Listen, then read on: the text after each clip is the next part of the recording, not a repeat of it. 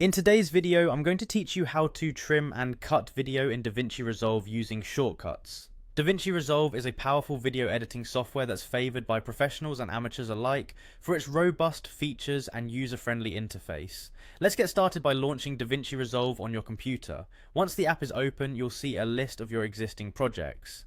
Click on the project you'd like to work on, or create a new one if you're starting fresh. After selecting your project, you'll want to navigate to the Edit page. This is your main workspace for video editing, where you have access to all the necessary tools and features. In the Edit page, you're going to utilize both the Trim Edit and Blade Edit modes. Let's discuss each of these modes, starting with the Trim Edit mode. Trim Edit mode enables you to fine-tune your clips with precision. It allows you to adjust the start and end points of your video clips seamlessly. You'll find this mode is particularly useful for refining the timing of your edits and making your video flow more naturally. Click on the Trim Edit icon to activate it.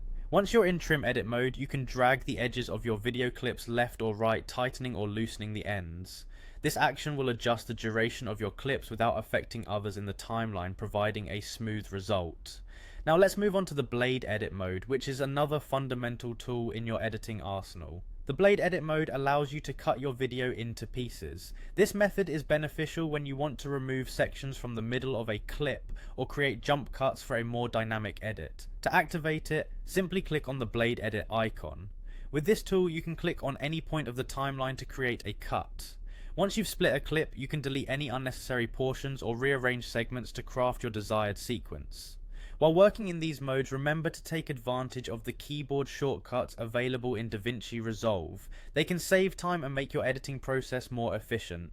For Trim Edit, use the T key, and for Blade Edit, simply press B. These shortcuts help you switch between modes quickly without moving the mouse, maintaining your editing flow.